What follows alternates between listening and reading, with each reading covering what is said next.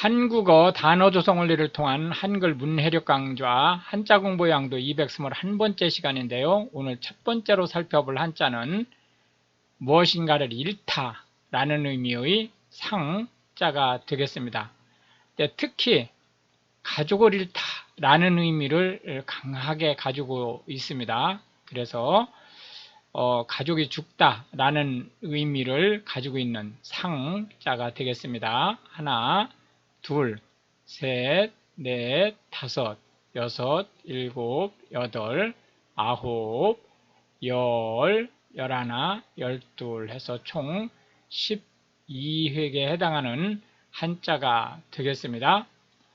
상자는 무엇인가를 잃다, 특히 가족을 잃다라는 의미로 쓰고 있는 상자를 보고 계십니다. 상을 당하다 라고 하면 가족 중에 누군가가 죽었다 라는 의미를 가지고 있습니다. 초상이라고 하는 것은 원래 초상이라는 의미는 상을 당한 초기라는 뜻입니다. 상을 당한 초기라는 의미는 무슨 뜻이냐면 옛날 한국의 관습은 상을 당한 날로부터 3년간 상을 이제 행사를 했죠. 그렇기 때문에 상을 당한 초기라는 뜻은 결국은 장례라는 의미로 쓰는 거고요. 사람이 죽은 후의 처리를 해서 무덤에 묻는 것까지를 초상이라고 얘기를 합니다. 상중이라고 하는 것은 초상 기간을 얘기하는 거고요. 호상이라고 하는 것은 돌아가신 분이 죽은 사람이죠. 죽은 사람이 연세도 넉넉히 살 만큼 살았고 또 살아계신 동안에 큰 배과나 어려움 없이 잘 사는 경우 호상, 좋은 장례라는 뜻으로 쓰고 있죠. 호상이 났을 경우에는 통상적으로 그렇게 심하게 울거나 그러지 않고 오히려 환담을 나누는 수도 있습니다. 문상이라고 하는 것은 남의 여기서 남이라고 하는 것은 나하고 그 지인인 사이죠. 남의 초상에 문상하러 위로하러 가는 것을 문상이라고 얘기를 하고요. 상주라고 하는 것은 장례 책임자, 장례를 집행할 책임자를 얘기합니다. 통상 상주라고 하면 한국의 관습상 상주는 아들이 상주가 되죠. 특히 이제 큰 아들과 작은 아들 이후 그러니까 둘째 아들 이후를 구분을 해서 그 완장에 보면 통상적으로 큰 아들은 두 줄을 쳐주고요. 둘째 아들 이후는 줄을 하나만 치는 그런 이제 표시가 좀 다를 수 있습니다. 상여라고 하는 것은 지금은 사실상은 이제 상여가 없어졌죠. 왜냐하면은 이제 장례 차가 움직이기 때문에 차가 상여를 대신하는 건데 옛날에는 시체를 이 상여에 실어서 어깨로 실어 날랐으니까 매에서 날랐습니다. 그걸 이제 상여라고 얘기를 하고요. 상가라고 하는 것은 장례를 집행하는 집을 얘기합니다. 상복이라고 하는 것은 상주들이 입는 예복을 얘기하는 거고요. 통상 우리나라는 전통적으로는 상복을 3배로 만들었고요. 또 그 이후에는 이제 흰색 바지 저고리를 입었고 지금은 이제 상복이 주로 남자의 경우에는 검은색 정장을 여성의 경우에는 검은색 또는 흰색 치마 저고리를 입는 게 통상적입니다. 반드시 그렇다는 건 아닙니다. 지금 장례, 상례는 급격히 변하고 있기 때문에 무엇이 정답이다 이렇게 얘기하기는 좀 어려움이 있습니다. 상실이라고 하는 것은 무엇인가를 잃어버렸다 라는 말이 되겠습니다. 두 번째로 살펴볼 한자는 양자가 되겠는데요. 볕이라는 양자가 되겠습니다. 실제 그 네이버 그 사전에서 영어 번역은 볕이라고 하는 뜻을 정확하게 전달하기가 좀 상당히 어려운 상황이에요. 그러니까 그건 참고하시기 바랍니다. 예를 들어서 이제 이 볕이라고 하는 것과 빛이라고 하는 것은 크게 차이가 나죠. 빛이라고 하는 것은 전자파를 얘기하는 거고요. 볕이라고 하는 것은 전자파 중에서 적위선에 실린 것을 얘기합니다. 그러니까 따뜻한 기운을 얘기하는 거예요. 볕은. 그러니까 그러면은 실제로는 따뜻한 빛, 원적위선에 실린 따뜻한 성분을 얘기하는 것으로 보시면 되겠습니다. 하나, 둘, 셋, 넷, 다섯, 여섯, 일곱, 여덟, 아홉, 열, 열하나, 열둘에서 총 12획에 해당하는 한자가 되겠습니다. 햇볕이라는 의미의 양자가 되겠습니다.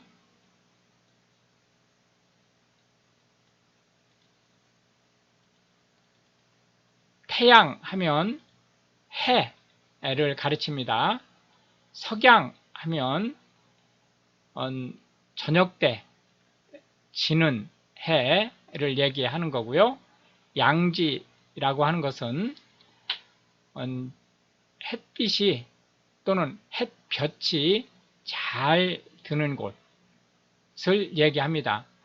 그래서 이제 햇빛이 잘 드는 곳은 밝은 곳이기 때문에 이것이 이제 확대돼서 제도권에서 보호를 받는 팔트를 얘기합니다. 그럼 이제 음지는 그 반대죠. 예를 들자면 그 뒷골목이라든지 또는 겉으로 드러나게 일을 할 수 없는 상황, 예를 들어서 첩보 활동이라든지 이런 것들이죠. 이런 것들을 우리가 음지라고 표현을 한다. 차양이라고 하는 것은 빛 또는 볕을 가리기 위한 막을 얘기하죠. 양산이라고 하는 것은 우산 모양이지만 그 소재가 햇빛 또는 햇볕을 가리기 위한 목적으로 쓰는 것을 얘기합니다. 사양이라고 하는 것은 저녁 때 기울어가는 해로부터 나온 긴 빛을 얘기하죠. 그렇기 때문에 이 사양이라는 말, 즉 저녁 때 기울어가는 해가 비추는 빛이라는 것이 확대돼서 무엇인가가 일이 이제 부흥기를 지나서 떨어져 나가는, 그러니까 몰락해가는 그러한 일을 사양이라는 말로 쓰고 있고요. 사양산업 하면 곧 사라질 일이라는 의미를 가지고 있습니다. 양력이라고 하는 것은 해의 움직임을 기반으로 한 달력을 얘기하고요. 현대 한국어에서 양력 그러면 서기를 얘기합니다. 즉 예수가 오신 날을 기준으로 해서 원년을 삼는 그런 달력 체계를 얘기하는 거죠. 양성이라고 하는 것은 어떤 증상이 겉으로 드러나는 상황 또는 예를 들어서 병균이라든지 이런 것들이 활동적인 상황을 양성이라고 얘기를 하겠습니다. 양성자라고 하는 것은 원자의 핵의 구성 물질이죠. 양성자 수와 전자 수는 무조건 같고, 양성자 수가 곧 원자 번호죠. 예를 들자면 1번 하면 수소이기 때문에 수소는 전자 하나, 양성자 하나로 구성된다는 뜻을 알 수 있겠습니다. 양성자는 우리가 통상 수소로 표시를 할 수 있습니다. 이게 H로 표시되면 이 자체가 수소라는 의미도 되지만 양성자라는 의미도 되기 때문에 그 문헌의 맥락을 봐야만 이게 양성자를 뜻하는지 수소를 뜻하는지를 이해할 수 있게 되겠죠. 양수라고 하는 것은 0보다 큰 수를 얘기합니다. 음수는 0보다 작은 수를 얘기하는 거죠. 자연적으로는 음수나 0은 있을 수 없는 거죠. 그래서 통상적으로 그 양수라고 하면 자연적으로 그 통상 생각할 수 있는 수, 즉 자연수 1, 2, 3, 4, 5, 6, 7, 8 이렇게 되는 수를 기본으로 하고 그 다음에 이제 분수로 나타낼 수 있지만 0보다는 큰 것을 양수에 포함을 하는 것으로 보시면 되겠습니다. 마지막 세 번째로 보실 한자는 저자가 되겠는데요. 쌓다, 그런 뜻입니다. 여기서 쌓다라고 하는 것은 무엇인가를 더미를 쌓다라는 의미니까 쌓아두다라는 의미를 가지고 있는 거죠. 그래서 저는 쌓아두다라는 의미로 활용된다라고 하는 것을 알 수 있겠습니다. 둘, 셋, 넷, 다섯, 여섯, 일곱, 여덟, 아홉, 열, 열하나, 열둘에서 총 12획에 해당하는 한자가 되겠습니다. 저자는 쌓아두다 라는 뭐를 물건이라든지 이런 것들을 쌓아두다 라는 의미를 가지고 있다 이렇게 보실 수 있겠습니다. 저장하다 라고 하는 것은 물품을 보관하다 라는 뜻입니다. 단순하게 쌓아두다 이런 의미가 아니고 상하지 않게 조치를 해서 보관하다 라는 의미를 가지고 있는 겁니다. 저수지라고 하는 것은 물을 가둬놓기 위해서 깊게 판 웅덩이인데 사실은 이제 우리가 웅덩이는 조그만 걸 얘기하는 거죠. 이제 저수지는 규모가 크죠. 호수 정도의 크기를 가지고 있는 건데 통상 우리가 저수지 하면 인공을 생각할 수 있는데 꼭 인공일 것까지는 없습니다. 자연적인 호수 형태로 된 거지만 이제 사람들이 그 자연적으로 발생한 호수를 물을 저장하기 좋게 손질을 해서 저수지로 바꿔서 쓸 수 있다 이렇게 보시면 되겠고요. 저수조라고 하는 것은 물탱크를 얘기합니다. 예를 들어서 공동주택이라든지 이런 데는 옥상에 저수탱크, 저수조를 만들어 놓고 거기에서 사실은 이제 물을 공급하죠. 또는 이제 그 화재라든지 이런 재난에 대비하기 위해서 물을 가둬놓는 것일 수도 있죠. 저장고라고 하는 것은 물품을 저장하는 창고를 얘기합니다. 그런데 이제 일반 창고와는 달리 저장고는 보다 좀 오래 보관할 수 있고 상하는 것을 좀 방지하기 위한 시설들이 갖춰져 있는 경우를 통상 저장고다 이렇게 얘기를 합니다. 여기서 이제 시설을 갖추었다라고 하는 것은 꼭 인공적으로 갖춘 것이 아니라도 예를 들어서 이제 뭐 그 홍성의 광천이라는 동네가 있죠. 거기에 그 새우젓 같은 거를 보면 원래는 천연 동굴 안에서 만들었었죠. 지금은 이제 그 동굴을 꼭 천연이 아니라도 상관은 없지만 원래는 이제 천연 동굴을 사용을 했었지 않습니까? 그런 식으로 꼭 인공이 아니라도 저장에 적합한 어떤 그 장소를 찾아내서 활용을 하는 것을 포함한다고 보시면 되겠습니다. 저유 탱크라고 하는 것은 주유소라든지 또는 국가적인 전략에 의해서 기름을 보관하는 탱크를 얘기하겠고, 저축이라고 하는 것은 금전적인 어떤 것을 이제 비축해 놓는 것을 얘기하는데요. 저금이라고 하는 것은 현금성 자산을 저축하는 것을 얘기합니다. 그렇기 때문에 저축이라는 것은 기본적으로는 저금을 얘기하죠. 그러나 반드시 저금만을 얘기하는 건 아닙니다. 저축은 물자를 저장하는 것도 저축 또는 비축이라는 말로 쓸 수 있다, 이렇게 보시면 되겠고, 저금통이라고 하는 것은 실제 이제 신용카드와 사이버머니가 이제 많이 활용이 되면서 저금통은 사실상 지금 현재 우리 사회에서 거의 없어져 가고 있습니다.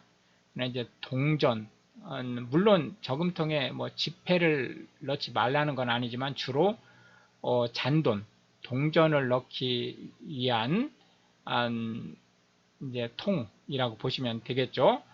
상호저축은행이라고 하는 것은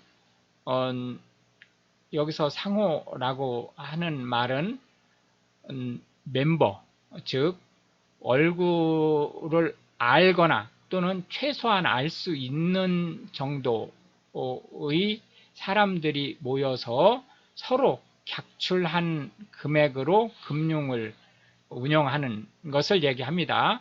그렇기 때문에 이제 상호저축은행은 잘 아는 사람들 또는 적어도 잘 알 수 있는 처지에 있는 사람들이 서로 그 객출한 돈으로 예금도 받고 또 대출도 해주고 그런 형태의 금융기관을 얘기하고요.